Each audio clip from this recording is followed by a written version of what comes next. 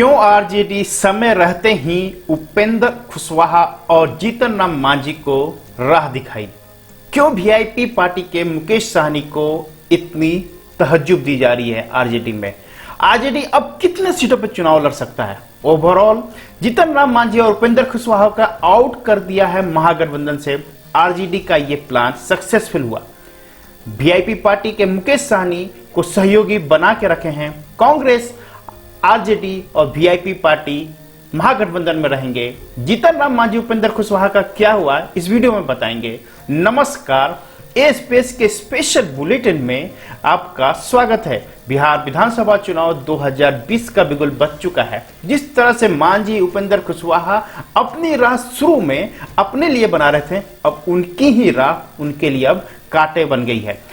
जिस तरह से आरजेडी अपने आप को झारखंड की तर्ज पे अकेले और मजबूत बिहार में चाहता था, उसी राह पे आगे बढ़ चुका है। कांग्रेस को भी आंखें दिखाया है और वीआईपी पार्टी को पता है कि किस लेवल पे और कितनी बात करनी है। इसलिए बिहार विधानसभा चुनाव 2020 की महागठबंधन की राह बदल चुकी है और अब किस करवट कौन बैठेगा ये तो समय बताएगा। जैसे कि आपको पता है कि कुछ दिन पहले ही ये कहा गया कि क्षेत्रीय दल जिसमें एलजेपी, हिंदुस्तान आवाम पार्टी, पप्पू यादव की जन अधिकार पार्टी, आरएलएसपी के उपेंद्र कुशवाहा और वीआईपी, ये सब नमक का काम करेंगे।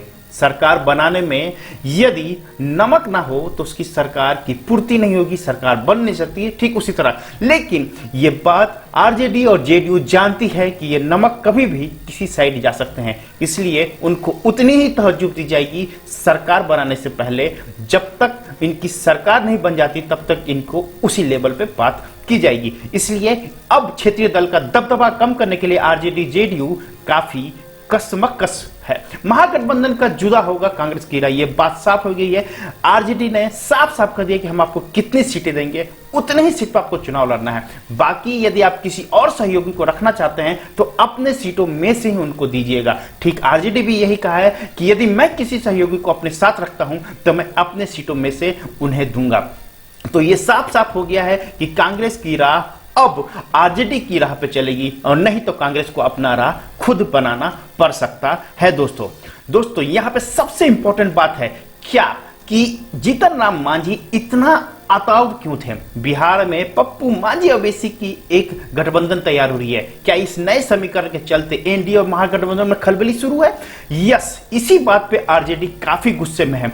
जीतन राम मांझी पिछले 3 महीनों में काफी अल्टीमेशन दिया है आरजेडी को, एक लेवल तक आने की बात कही है। मुख्यमंत्री चेहरे पे बात नहीं बन रही थी, सीटों का बंटवारा पे हमेशा तानातनी चल रही थी और बीच बीच में वो एमआईएम के ओवैसी से भी बात कर रहे थे, पप्पू यादव से भी बात कर रहे थे, इधर जेडीयू में भी बात कर रहे थे। तो इनका राह क्लियर नहीं था और इस क्लियर के चलते ही आरजेडी ने इन्हें अपनी राह दिखा दी है। और आरजेडी अब क्लियर कर दिया है कि जीतन राम मांझी को गठबंधन में सीट नहीं मिलने वाला है। यदि सीट को देगा तो कांग्रेस कोटा से इनको सीट मिल सकती है यदि गठबंधन में रहना है तो। जेडीयू भी ने साफ साफ कर दिया कि इस वक्त इनको सीट नहीं देगा, तो ये जेडीयू से भी फ्लॉप होते हुए नजर आ रहे हैं। तो महागठबंधन और जेडीयू बीजेपी गठबंधन से भी जीतन राम मांझी का पत्ता साफ है, इसलिए थर्ड फ्रंट बनाने की कोशिश में लगे हुए हैं। और ये कितना सक्सेसफुल होगा ये तो चुनाव के बाद ही आपको पता चलेगा दोस्तों। ठीक उसी तरह जहां पर आपको पता है कि आरजेडी को समय समय रहते हुए आरएलएसपी और हमने काफी आंख दिखाई थी, अब आरजेडी, क्योंकि आपको पता है कि बिहार में बड़ी पार्टी है और इस वक्त वो सबसे ज्यादा सीट पर चुनाव लड़ना चाहती है, क्योंकि ये पिछले बार 2015 में गलती हुई थी जिसका अब ये पुनरावृत्ति नहीं करेगा। इसलिए आरजेडी चाहता है कि कुछ क्षेत्रीय दल को अपने साथ रखे लेकिन मैक्सिमम को साइड लाइन कर दिया जाए। इसलिए जीतन राम मांझी और उपेंद्र कुशवाहा को साइड कर दिया है। जीतन राम मांझी पटना में रहते हुए भी आरजेडी का सहयोग करने के मूड में नहीं थे। ठीक उसी तरह आरएलएसपी के उपेंद्र कुशवाहा दिल्ली में रह के वहां पे आरजेडी को सेंध कर रहे थे। इसलिए ये समझ गए थे आरजेडी समय रहते हुए और ये साफ साफ कर दिया है कि हम जीतन राम मांझी और आरएलएसपी को अपने महागठबंधन में अपने कोटा से सीट नहीं देंगे। यदि किसी को देना है तो कांग्रेस कोटा से मिलेगा। अभी कांग्रेस को कितना सीट मिलेगा वो भी हम इस वीडियो में बताएंगे। तेजस्वी यादव मुकेश सहनी को लेकर काफी सीरियस थे और ये बात समझ में आ गया कि मुकेश सहनी को कितने सीटें मिलने वाली है। ये डिप्टी सीएम भी बनेंगे और साथ में बहुत सारी ऐसी बातें होने वाली है जिसमें बिहार विधानसभा चुनाव में मुकेश सहनी का तस्वीर काफी बड़ा होने वाला है। और ठीक उसी तरह बिहार विधानसभा चुनाव 2020 में मुकेश सहनी इस वक्त आरजेडी के सबसे ज्यादा क्लोज के हैं और इसीलिए इनको इतना सीट दिया जा रहा है ताकि ये उस सीट लेवल पे आते हैं तो डेफिनेटली आरजेडी को सरकार बनाने में और कम से कम 5 साल तो सहयोग जरूर करेंगे। वैसे दलित वोट इस बार वीआईपी पार्टी के साथ सबसे ज्यादा जुड़ा हुआ है, ये तो भाप लिए हैं आरजेडी के तेजस्वी यादव। ठीक, अब दलित वोट के साथ मुस्लिम वोट भी मिल जाता है तो डेफिनेटली आरजेडी की सरकार बन सकती है। अब यहां पे बिना तेजस्वी के मुश्किल है महागठबंधन, ये तो साफ हो चुका था। ठीक इसी बात पे वीआईपी पार्टी ने ये साफ साफ कह दिया है कि तेजस्वी को हम सीएम के रूप में देखना चाहते हैं, लेकिन हिंदुस्तान अवाम पार्टी और आरएलएसपी ने ये बात नहीं कही है।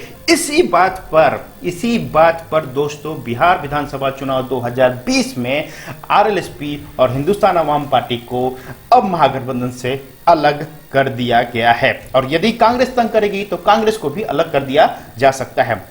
इसलिए अब कितने सीटों पर चुनाव लड़ेगा महागठबंधन, कौन कौन होंगे गठबंधन में, ये अब बताते हैं। तो सबसे पहले बता देते हैं कि 243 कुल सीटें हैं विधानसभा में, उसमें से 173 सीटों पे आरजेडी चुनाव लड़ने को जा रहा है और 70 सीटें कांग्रेस के लिए छोड़ रहा है। अब यहां पे बात आती है कि कांग्रेस यदि आरएलएसपी हिंदुस्तान अवाम पार्टी को रखना चाहती है तो उन 70 सीटों में ही अपने को बांट ले। आरएलएसपी और हिंदुस्तान अवाम पार्टी इस वक्त कांग्रेस के साथ जा भी चाहते हैं तो भी उनको मैक्सिमम सीट 5 से 10 ही मिलेगा, इसलिए इस वक्त कोई राजनीतिक खेल कांग्रेस की तरफ से तो नहीं हो पाएगा।